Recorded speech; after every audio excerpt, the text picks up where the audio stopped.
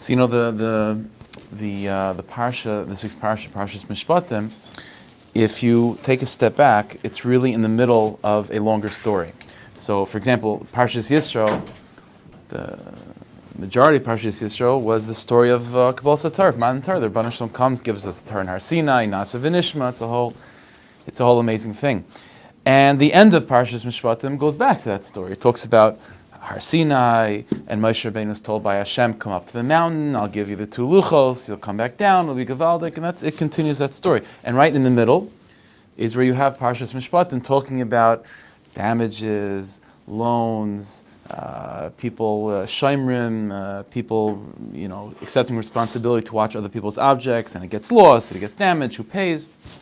All sichsuchim, all machlekes and difficulties between two people in terms of business, all these types of things. And it's mamash smack in the middle of the story. So the obvious question is, why is the Torah interrupting with the story of Kabbalas HaTorah to talk about things that are not so spiritually inclined, It's like, for example, the Ishbitzer writes, he says that if you go through the parsha and you sort of try to feel it a little bit, he says when you go from Parshas Yisro to Parshas Mishpatim, it's going me'igra rama, from a high place, l'bira mikta, to a very, very low place. It's like, of all the halachas that Parshas Mishpatim begins with, it's talking about, the first thing is Eved Ivri, a Jewish slave, which is someone who stole money and can't pay back, and sells himself into slavery to pay his debts. It's like, right from Nasa v'Nishma, that's what we talk about.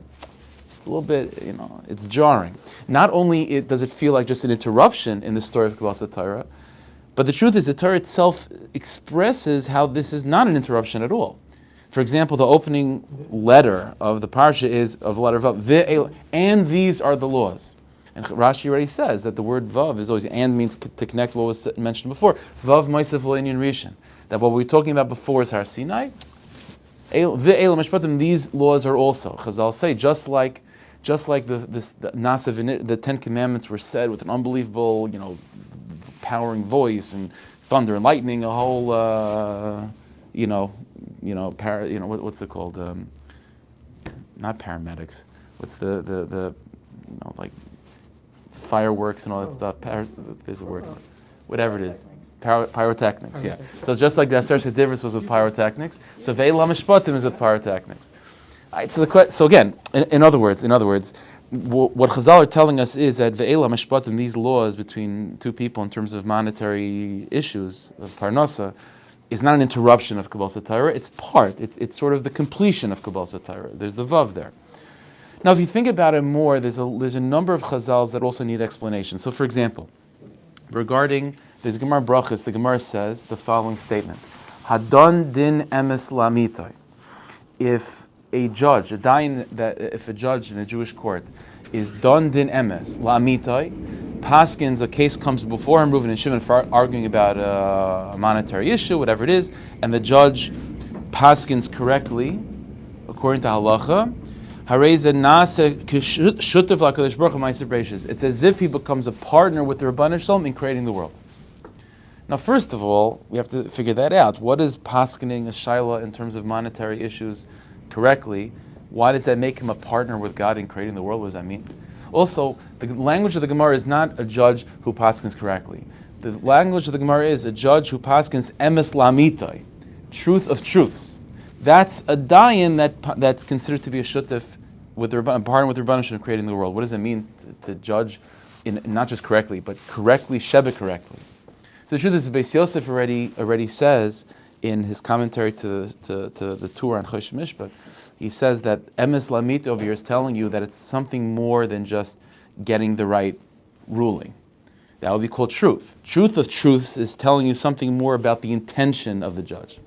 The Beis Yosef writes that if the judge, even if he says the right psak, but he was also motivated by the fact that he likes one guy and not like the other, even though he ends up getting it right. So in other words, he ends up asking that Reuven is correct. He's the one that's owed the money, whatever, Reuven is correct. It happens to be, it just works out as well, that he likes Reuven and he doesn't like Shimon.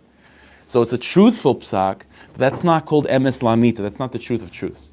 That's how the Beis Yosef explains it, which is very funny, because, I understand that the dayan shouldn't be, thinking about his own personal relationships while he's judging, but how does that make the judgment somewhat not truthful? It's still truthful. It's 100% correct. Reuven is right. So because I have a personal thing that I happen to also enjoy the fact that Reuven is right, that makes the psak, that makes the ruling a little bit blemished. Why? It's a personal thing between me and God that I maybe am not so, I'm not so transparent and so on. I have my own personal stuff. That's between me and God. How does that affect the psak? Why does that make it not a partner with God in creating the world? There's another statement of the Gemara that we have to figure out. The Gemara says, "Haiman deboi lemehevi chasida." So the Gemara says, "L'kayim mili denizikin." The Gemara says, if a person wants to be classified as a chassid, l'kayim mili de chasida, he wants to do something that would put him in the category of being a chassid, l'kayim mili denizikin, he should be extra careful when it comes to monetary issues. All right, so what does that mean? To be careful in monetary issues, that's to be a from Jew, to be God-fearing Jew. What does it mean that? Why does that make you in the category of a chassid? There's nothing to do with the Baal Shem Tov. This is a Gemara. So what does it mean a chassid? What's that terminology? What is that classification? And why is it that by being involved in monetary stuff that makes you a chassid? Okay, so there's a pasuk that we say every day in davening. We have to think about this pasuk. We say it every day. It says in pasuk, Magid Devarav LiYaakov, that Hashem told his words to Yaakov, to the Jewish people, Chukav u'mishpatav liYisrael, his laws and statutes to Yisrael, to the Jewish people. Lo ya'asa kein l'chol gai, he didn't do this to any other nation. Mishpatim bal yidum lo Yisrael, only the halukah, only the mishpatim, only the laws he gave to the Jewish people, not to the nations of the world. So Chazal say the medrash like this. Again, Magid Devar LiYaakov, Chukav u'mishpatav liYisrael. Says the medrash. Magid Devar LiYaakov, that Hashem said his words to the Jewish people, that's referring to Aser Sadibros, to the Ten Commandments. Magid Devar LiYaakov, he said his words, the Ten Commandments to the Jewish people. Chukav u'mishpatav liYisrael, his laws and statutes he said to the Jewish people, that's referring to Parshas Mishpatim. Now, what's interesting is that the two words used in that pasuk to describe the Jewish people, Yaakov versus Yisrael, which name gives a higher impression? Which name is the greater name? So Yisrael is greater than Yaakov, right? When Yaakov reached this higher level, he was given an additional name called Yisrael. So it's an amazing thing. Comparing the experience of Aser Sadibros, where the Rebbeinu Shalom himself opened his mouth and said, "I am God, you shall not have," the whole thing, that's with all the pyrotechnics of Har Sinai. That's described as Magid Devarav LiYaakov. He gave that to the Jewish people, but only when they're on the level of Yaakov. But Chukav and Mishpatav, but the laws of Chaysh and Mishpat, to be honest in business and to make a parnasa with honesty, that's the Yisrael. That's the Jewish people when they're called by the higher name of Yisrael. That makes sense of that. So why? So in other words, what the pasuk is telling us is that Mishpatim is even higher and greater than the Ten Commandments of Har Sinai. How so? So it's like this. It's a simple idea. Try to explain it simply. Chazal say in the Medrash that this is something that in Chassidus becomes sort of a fundamental idea, a fundamental statement in Chazal to explain, to sort of the foundation of all of Yiddishkeit. The Medrash says in Tanchuma the following statement. The Medrash says, why did Rebbeinu Shalom create the world? Why did he create the world? There's a lot of different reasons that are given in the Sfarim and different things, because the Rebbeinu Shalom wants to do good to us, he wants to give us reward, all different things. Chazal say in the Medrash the following statement: the reason why the Rebbeinu Shalom created the world is one single purpose. Nis'ava Kadosh Baruch Hu liyas la'yisbarach dir b'tachtonim. Because the Rebbeinu Shalom wanted to have a dwelling place b'tachtonim in the lower world. The Rebbeinu Shalom did not want to just remain in heaven. The Rebbeinu Shalom wants to come down here on planet Earth. So here, this is the idea. What's happening when you have, let's say, two Jews,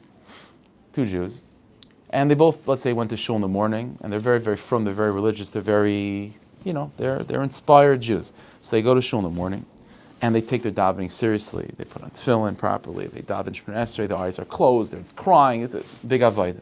And then after davening is over, they don't want to leave the shul, so they open a sefer, some chumash or mishnayos, whatever it is, and they sit down to learn b'tzkaval. And then these two guys go out to work, and it turns out maybe they know each other, maybe they don't know each other. Ends up being there's some sort of issue between the two of them, a shiloh, whether this guy's owed money, he's not owed money, or stam, they're just involved in business together and they're trying to make a deal. Very often the feeling is, well, okay, those are two separate worlds. There's serving the Rebbeinu Shalom, there's, giving God his due, in shul and davening and learning. That's amazing. I really like that. And then there's going to work and making a living and so on. And of course, there's no question that in terms of making a living, there's going to be stuff that goes on. There's going to be some conflict sometimes, or some, some confusion. And so then we have to obviously look in Shulchan Aruch and go to a rabbi or whatnot to figure out how to navigate this. But that's really all Chosh and Mishpat is. All the laws of money is what? It's just telling us how to navigate through life. But we have to navigate through life because we have to live, that's all. That's incorrect. Even non-Jews have a system of law in place, giving them direction of how to navigate through life.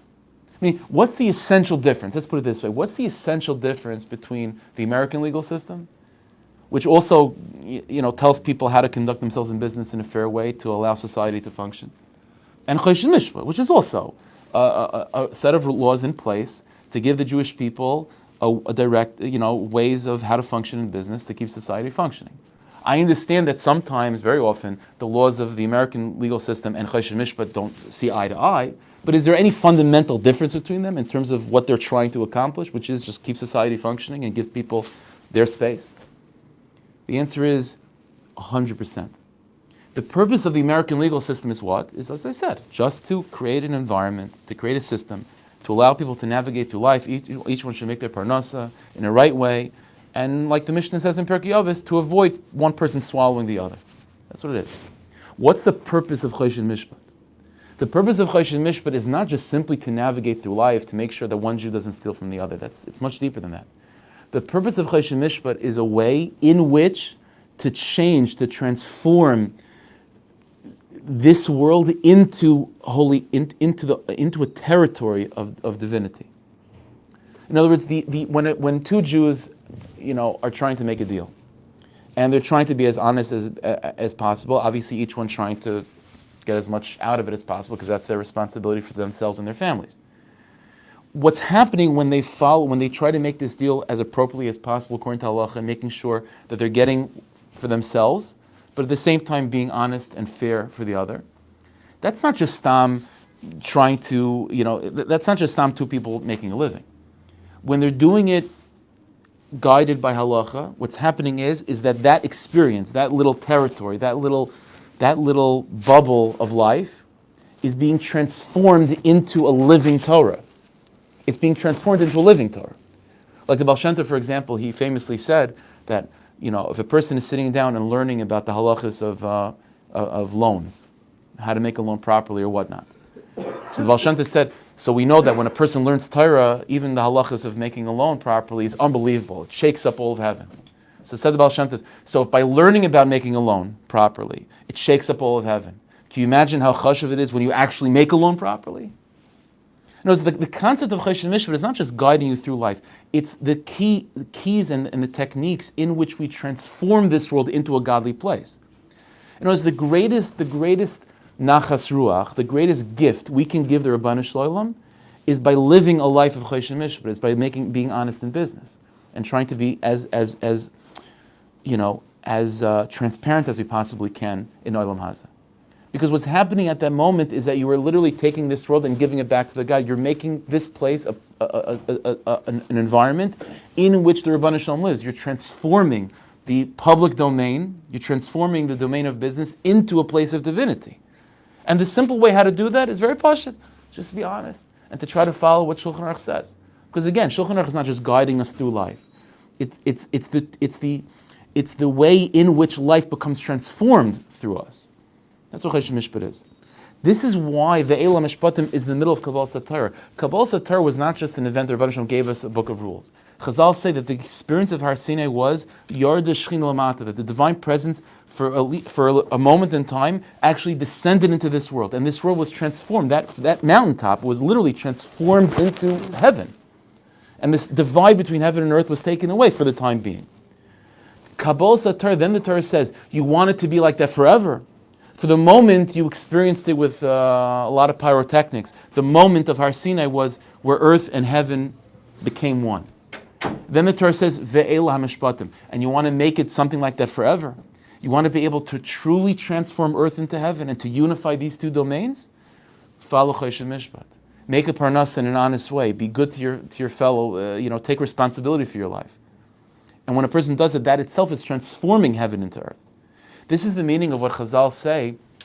Hadon din emes la'amitai. Dain, a judge who judges correctly, but truly correctly, becomes a partner in creation with God. What does that mean? It means to judge emes la'amitai means not just that I'm judging because it's the right thing to do. I'm judging it with the right perspective, which is that Reuven is the correct one, not because it makes sense to me, not because Reuven's a nice guy, because that's what the Rabbanu Shalom wants. And I'm looking at Choshen Mishpat the same way I look at tzitzis and shatnez, which is, it's all about the Rabbanu Shalom, and it's about creating this, it's about transforming Shimon's business into a godly place. By telling Shimon to give Reuven his money, or tell Reuven to give Shimon his money. That's transforming their business into elikus, into divinity. That's what it means to judge not just emes, but emes lamitai. Says the Gemara, a person does that, you become a partner with God in creation of the world. Why? Because the Rabbanu Shalom created the world at first as a secular domain. And then by you judging in an emes lamite way and following Choshen Mishpat because that's what God wants, not just because otherwise I don't want to get ripped off. Because that's what God wants me to live. Then what? Then you're further developing creation. The Rabbanu Shalom created heaven and earth, and then I take the next step and unify those two domains. That's what it means. The judge who judges emes lamite becomes a partner in God. God created heaven and earth, and then I unify the two. I do the makav patish. I do the final nail. You know what I mean? To finish the job. This is what it means. Magid devar v'Yaakov. That the Rabbanu Shalom said the 10 Commandments to the Jewish people on a lower level. When you're on a low level, there's a divide, heaven and earth. So to those types of people, I have to give 10 Commandments with pyrotechnics. But chukov and mishpatav. But what type of Jew am I giving the strength and the responsibility of unifying heaven and earth? That's the Yisrael. That takes a special type of Jew. That's a special type of Jew. This is exactly who Yaakov Avinu was. Yaakov Avinu's whole life, the one that had the name Yaakov and then Yisrael, his whole life was trying to unify. He goes from the 14 years of learning in Shem Ve'ever immediately into 14 years dealing with Lavan and watching his flock and back and forth with business, trying to not get ripped off, trying to be honest at the same time. That's Yisrael. That's Yisrael. That's not a separate business. It's not a separate thing. There's no divide between being in shul and davening and learning and then going to be honest in business and trying to make room for another Jew. That's all, and making a Kiddush Hashem. It's quite the opposite. It's like, when you're in shul, there's heaven and earth, and you're going to heaven in shul. And then you take the next step, which is, no, I'm going to conquer planet Earth for heaven. I'm going to bring God down here. This is, by the way, this is also why, the last thing that we say before davening, as we move from shul into work, is what is Aleinu, right? It's Aleinu. What's Aleinu about? So Aleinu is two things. It's an amazing thing if you think about it. The first paragraph of Aleinu is very, very spiritual. What's Aleinu? That we have to thank God. I acknowledge, I'm so thankful to the Rabbanu Shalom. Why? Because Efizulah, the Rabbanu Shalom was, is, and will be. It's very, very heavenly. You know what I'm saying? And then the next paragraph is V'al Kain. Therefore, because I believe in the Rabbanu Shalom's infinity in such a deep way, and I'm so impacted by that. V'al Kain. Therefore, Nakavalacha. Therefore, I go with hope and confidence to conquer this world for you. To banish, to get rid of all of idolatry. In other words, to make this world heaven. In other words, all of davening, the whole time, Shemon Esrei and all that stuff, I was in heaven, and earth remains behind.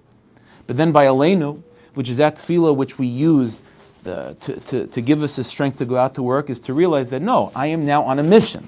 It's not the pshat, I'm leaving shul, I'm leaving learning, and that's it, I'll come back in a few hours. I am now on a mission. I have a shlichus. My shlichus is to now unify heaven and earth. This is the meaning of the Gemara. If a person wants to be a chassid, then you have to be extra careful in monetary stuff. Why? What does it mean a chassid? Chazal say elsewhere that ezo chassid, who's a chassid? Hameschased im kaineh, someone who does kindness to his creator. What does it mean to do kindness to God? What does it mean to do a favor for God?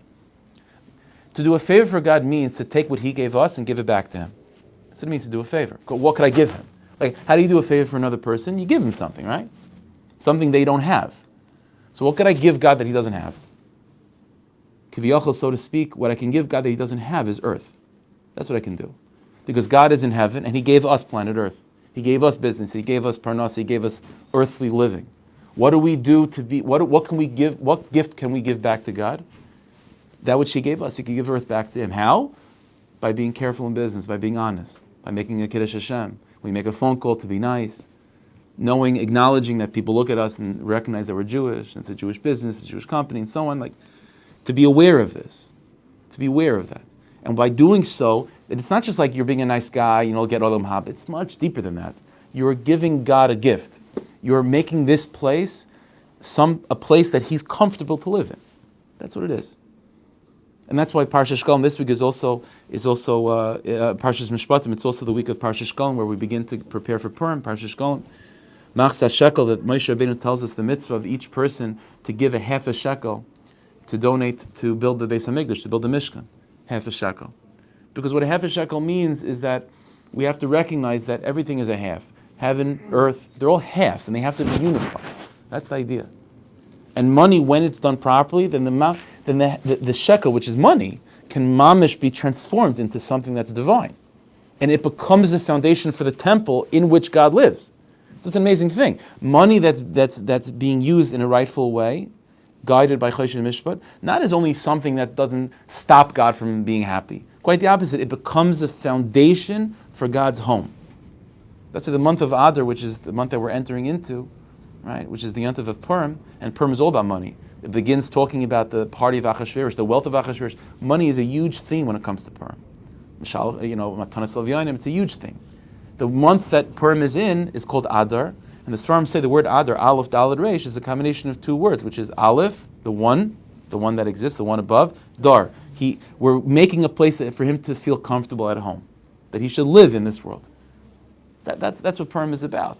The whole yontiv of Purim is that there's no divide between heaven and earth. What looks like nature is really God manipulating it. Again, it's the same idea of heaven and earth being integrated. And the way we do that, the way we make this place transformed into heaven, is by following Choshen Mishpat, is by keeping the Mishpatim. That's the Mishpatim. Chukav Mishpatim Yisrael. I'll tell you a quick maisa. It's brought down in the Sfarim Dafka Mystic's Parsha that there was a story that a chassid once came to Baal Shem Tov and he said like this. He said, Rebbe, I believe in Torah very, very much. I'm a very religious Jew, but I have a question. I have a question. My question is as follows. I had a court case with a friend of mine, and between me and you, I know that I was right. I mean, I know that he owed me money and he was denying it. I know that I was right. And I went with my evidence, he went with his case, whatever it is, and we went before the Dayanim, and the Dayanim were accurate, they were honest, and they followed with the halachas and Shulchan Aruch, and they paskined that I'm wrong. And they didn't do anything, it's not like they were off. They followed mamish 100% the letter of the law, and according to the evidence that was presented before them, and the learning that they had, which was 100% true, the psak was that I'm wrong, but I know I'm right. So how does that work? So Baal Shem Tov said, the Baal Shem Tov said that in our parsha, Ve'el HaMishpatim, if you take a look at the Zohar Kadosh, the Zohar in the beginning of our parsha talks about a whole lengthy discussion about Gegulim, about reincarnation. I'm like, well, why is the Zohar talking about that? So Baal Shem Tov said, because you should know that Choshen Mishpat is not just navigating in this world how to, who's right, who's wrong. That's the American legal system. That's not Choshen Mishpat. Choshen Mishpat is emes lamita. Choshen Mishpat is trying to make things just and true on all levels. Baal Shem Tov said, in a previous life, you and this guy also had a back and forth, and the previous life, you stole from him. And so right now, when you come back together, the Torah itself, Choshen Mishpat, is trying to make things truly true. Not just emes, but emes lamita. And in order to even the playing field, what worked out in this world is that what? Is that the same Torah told you that you have to give him money. Not because, you're losing $100. Now everything is even. So we have to begin. Choshen Mishpat, but it's much bigger than just Reuven and Shimon right now. It's about making this place heavenly. And that's the idea. There is no real divide between Bein Adam L'Makom, Bein Adam L'Chaver. It's all about Elokus. It's all about making the Rebbeinu Shalom a dir b'tachtainim, Aleph Dar. So Hashem Shalom, we should be zeicha to be mechazik ourselves and realize that every moment of the day we're mamish, revealing Elokus in this world by being honest and good and authentic Jews. We should be zeicha to strengthen ourselves with that and make this place a comfortable place for the Rabbanu Shalom, which will be fully manifest with B'yas Mashiach Tzidkeinu Meher V'Meinu Amen. Thank you, Hashem.